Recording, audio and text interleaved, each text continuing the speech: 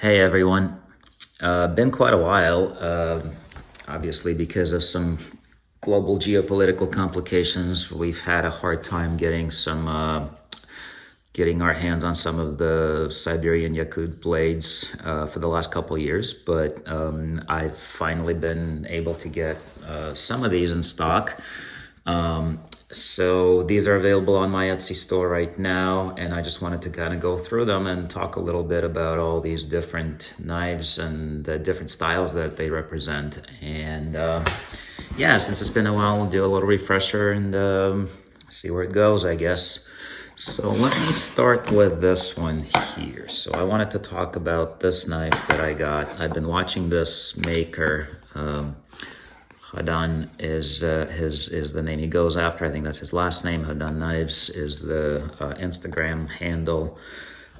He is a village smith out in the middle of sort of nowhere. I've been watching him for 2 years.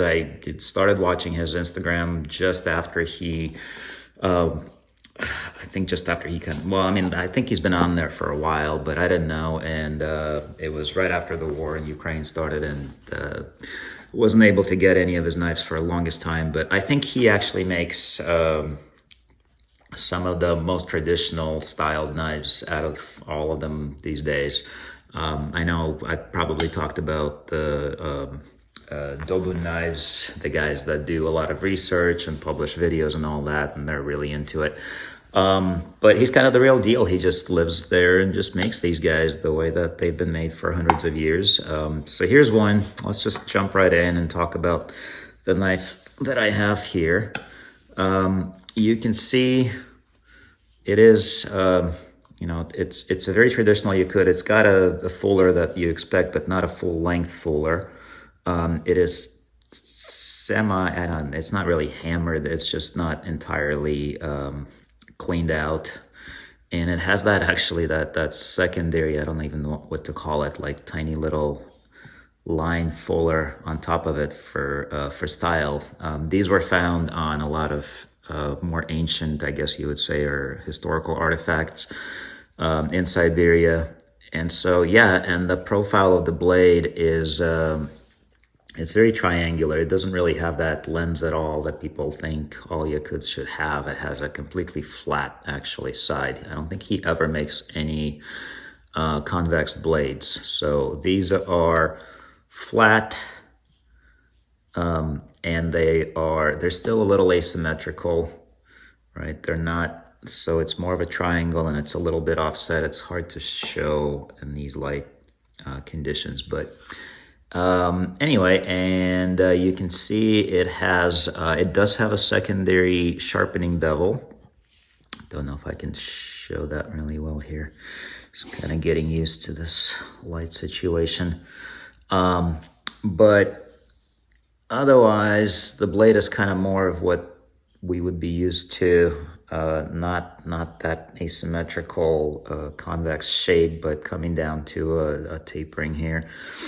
The other thing I wanted to note is the size of the handle. So you can see this one, it's a little bigger. My hands are pretty small, I think, for my height. So I'm about 5'10", and my hands are a little small, on the smaller side. But you can see the handle is actually smaller than the blade, maybe just about the same, a little shorter, I believe, for this one. And this is the traditional size, about 13 centimeter, or whatever that is, blade.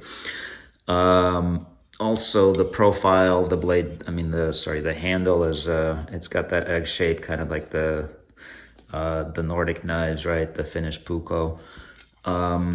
The handle is finished nicely. It's not smooth. They don't like it smooth.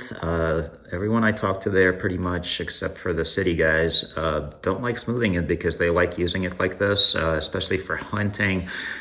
They say, you smooth it and the blood gets on it and then it slips, and you don't want that, and there's no guard, so all that stuff. What was I gonna say? So it's it's got a little grittiness on it.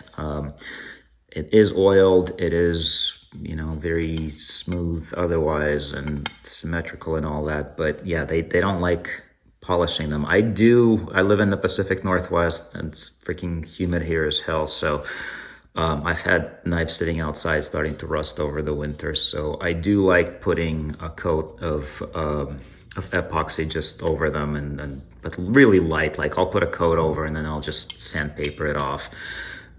So there's just a little tiny layer for protection. But anyway, yeah, they don't like that. What else? Let's see. The blade's pretty thin, but it's quite tough. It's hard to show how it's set in the handle, but it's actually pretty flush.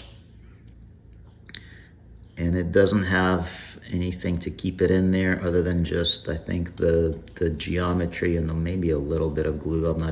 Probably some. Oh, the blade. The blade on this one is, so the handle is birch. It's actually Karelian birch on this one, not Siberian. Okay. It is a little tougher. I think it's a little, lasts a little longer. 95 X18 is the steel on this one, and that's basically 440C. And it's interesting, actually. This one's got a really cool texture. Usually you get this on more like D2 or something, but I can show it. You can see that interesting texture on it. I love it. It's a little less prone to scratches and such. So yeah, I think would be a really nice working blade. The sheath also, should talk about it quickly. You can see some of the tooling, or sorry, the stitching on it, the decorative stitching. That's pretty traditional. The size and the shape is very traditional. It's super light, but it does have full length wooden insert in there. The leather over it is actually not hardened. It's pretty soft. You can see, you can squeeze it here, you can squeeze it here, but not here. There's the extension of that insert, and then it starts about here and goes all the way down. You can see it on the bottom. You can see the big hole for water coming out. Very simple, soft leather loop. But yeah, this thing here, the extension of the insert, works as a guard against the blade as that goes in, right? And again, it hangs this way on your belt. Sorry for the angle. And you take it out by pushing and sliding, right? And the blade is towards you because it's a tool, not a weapon. All right, so that's just about as traditional, historical kind of as they get these days.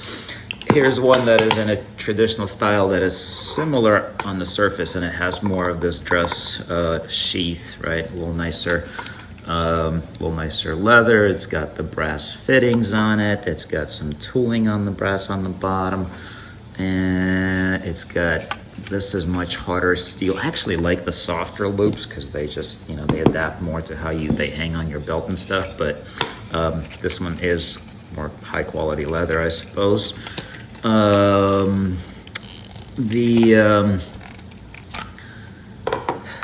The other thing, so this one actually does not have the full length extension here of the insert, right? So there is wood going up to about here. And the rest of it is leather. Yeah, it's a little soft over here, but you can see because of the brass fittings and it's thicker, nicer leather. It keeps the shape more, even without that wood extending all the way out here. This one is X12MF, or whatever you want to call it, H12MF, D2 equivalent from Russia. So these usually have that. Again, that, if I can show the blade better, you can see it's got that grainy finish, and so it works really well as a working knife.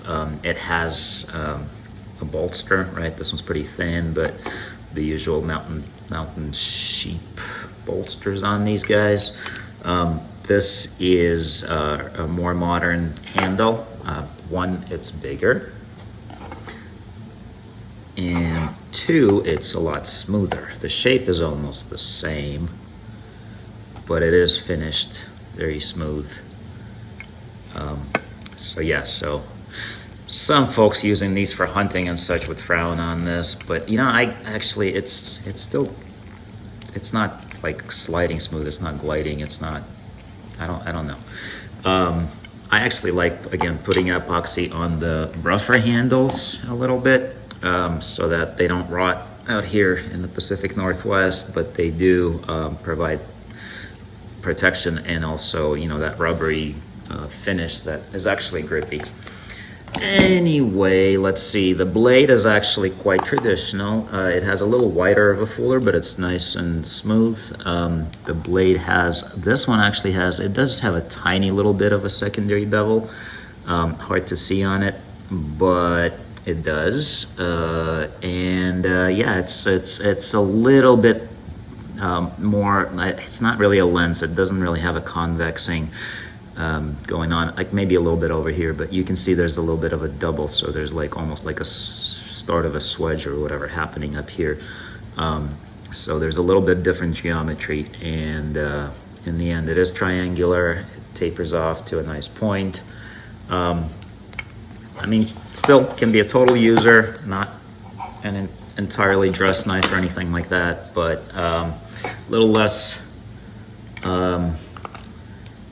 traditional, a little more modern, a little longer handle. So it's got kind of combination of things. Let's see. Oh, maybe I'll show you. I have this one in my personal collection. That is another version of it that from a different maker that also has that traditional sheath with fittings, right, metal, and this one actually has that, on the opposite side of the blade, it has that line fuller, whatever you want to call it. Very similar blade otherwise. I believe same steel and everything, similar finish, similar proportions. You can see on this one the handle is a little smaller though, in proportion to the blade. Let me try to compare. So here, that's probably the best way to show them. They have almost the same blade, and you can see the more modern style has a much longer handle, and this one feels a lot lighter too, and that kind of, you know, where one of the semi-myths of Yakut knives comes from. They're not supposed to be lost in the water. If you drop it, it floats. This one probably would actually, but not all of them do. This more traditional one probably would not. The only thing that's not entirely traditional about it probably is the smooth handle. But again, this package is more of a dress knife that you would carry on special occasions. All right, let's jump into another one. Here's a very typical of what you get these days, what everybody thinks of as a Yakut knife. A little bigger maybe. It's, I'm not sure if I have the size on this one now. So, also Karelian birch on the handle. It has that D2 equivalent blade. Very nice sheath, very tough leather. This one's actually hardened leather, right? Doesn't really, you can't really squish it. Does have that nice soft loop. And what else it has? Yeah, some love that style with the little, it's just stylistic, has absolutely nothing to do with, I think, historical or any other preferences, just stylistic. Some of them like doing that. Does not have the insert here, right? And the wood stops right about where you see the geometry change, I guess. But very nice sheath. The knife itself, so again, same D2 equivalent steel, similar finishing. This is what people are used to now, right? That hammered fuller. It's a little semi-cleaned, I guess. Doesn't have that forge finish, but it does have the forge hammering on it. It's a little, this is what I guess if I can show here, it's hard to see, but this blade is a little more, yeah, I think at this angle maybe you can kind of see it. So it's got straight, fuller side, right, just flat, and then this one kind of comes meeting it, tapering down to it, so it is asymmetrical. The tip does not come down symmetrically. So that's kind of what people are expecting these days, even though that's not traditionally how it was. But very effective. It's got, I would say, you know, the more I use these, the more and more of them are switching to this more traditional triangular, one side flat, one side kind of like a puko, I guess. It's really like a Finnish style where it, you know, that diamond shape, except it's one-sided. So it's like the one side of a Finnish knife and the other side is flat with a really deep fuller. So, you know, there's a lot of argument again on what's traditional and not, and when did these start becoming more popular, but they've been around for like 100 years now. And I think, you know, the deep fuller was present on the more chopping type of tools, less so on smaller knives, but now it's more prevalent on smaller knives and medium-sized knives as well. Handle on this one is that, you know, that more typical these days, sort of giant handle. It's still very, well, it's more balanced towards the handle, right? It's not balanced on the edge of the handle. What else? Yeah, the mountain sheep fuller. This one's very flush with it. You can see there's no gaps, very nice. The handle is pretty smooth, so definitely it's not epoxied. I don't think so. I'm not sure if it's, I don't think it's a stabilized. I think it's just a lot of oil and really nice polishing. I don't believe it was stabilized wood. It's a little thicker. Oh yes, the profile, it's, you know, it's less of that egg, so you can see here, show them together. Yeah, it's not as slim, I guess. It's got more fat on the sides here. Yeah, so it fills your hand more. It's easier probably for a hand without gloves and such.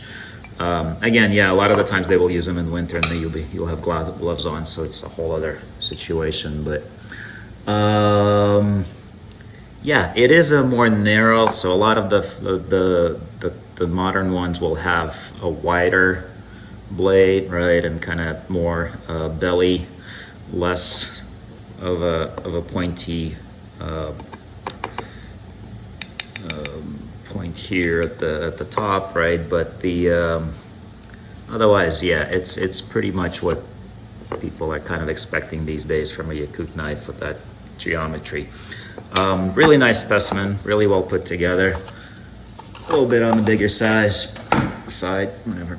All right, let's do the last one. This one is one of my favorite smiths there. He makes a whole range of stuff from very traditional to kind of more modern, huge range of styles in terms of, not his sheath all kind of look like this these days. Very simple, like nice loop here, one big ring. The leather is actually pretty soft, and the sheath, the wood goes up to here-ish. Yeah, so where you see the geometry change again. The stitching is nice. Yeah, just gets the job done. This one's very thin. This one's more of a home tool, so probably not so much of a hunting, although it's tough enough. It will definitely, I mean, it's not like it's going to break or anything. What's the, let me see. The steel on this one is, I forget what the equivalent of this one is in English, in American steels. It's, I don't want to lie, but it's a carbon steel. You can see it's pretty simple. It's pretty cheap, I believe. A lot of them look like using it these days. This one has that very nice example of actually even, you know, more than a finished knife would have, a lot more flat, kind of saber ground on one side, I guess, maybe. And then the other side is flat and has that traditional thin, clean, fuller, more for for looks than anything else. It does provide a little bit of flexibility, especially on a blade this thin. Like, it's really thin. I don't know how to show it. This is a ring that's like what, 6 millimeters, and it's thin. But yeah, it's very flexible. It's very aggressive in the cut. This one's more like a Scandi grind, right? It doesn't have, I mean, you can put a secondary bevel on it if you want, just strop this thing, but it comes kind of razor sharp and just flat edge here, flat on both sides. This might be slightly beveled. The bevel here might be slightly convex, is what I'm trying to say. So flat and a little bit of a convex, I think, coming down. You can see he likes doing the smaller, again, handles kind of. So it's a mix of traditional and modern elements, because in the handle, definitely, even in my smaller hand, it fills it. There isn't much more. It's not like this Mr. Giant handle here, right? The blades are not that different. You can see the handles, right? So this one gives you so much more huge, you know, some people just love wearing them with, I mean, using them in the winter with huge gloves out there when it's like minus 50 Celsius and your glove really needs to be big. This is more, like I said, more of around the house probably tool. So bare hand fills it perfectly. It's more like the first one I showed, I believe. It's got a little bit of that grittiness, not quite as much as this one, but it's oiled, it's finished well, it's polished. It's not like completely polished. It does have a little bit of grit. So yes, you know, get it oily, get it bloody, whatever, it will not slip in your hand. He also, one more thing I guess I should mention is most of these have flat butts on the handle, right? Like, it's just flat, it can stand on.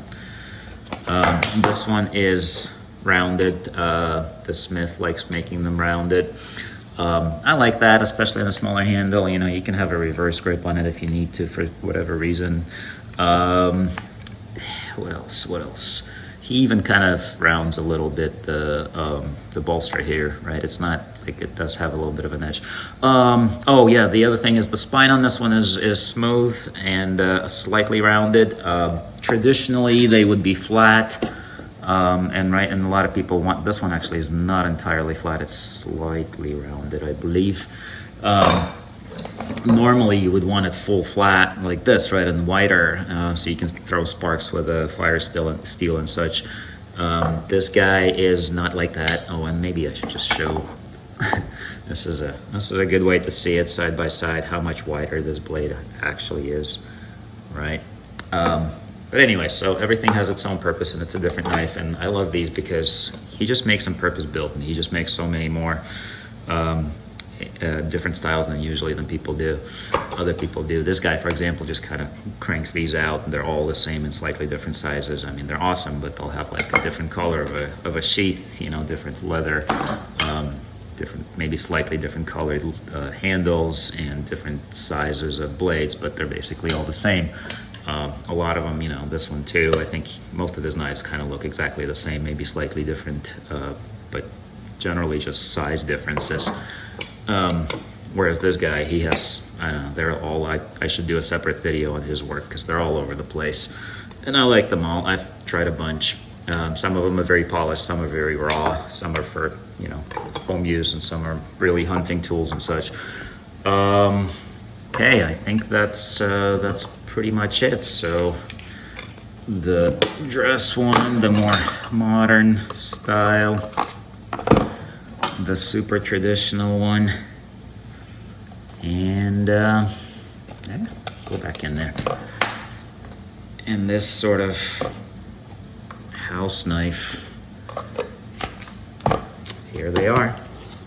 All right, I will be doing more videos in the future, in the near future, hopefully, and I'll be trying to get more of these in stock on my Etsy shop. So go check it out. Thanks for watching. Till next time, guys.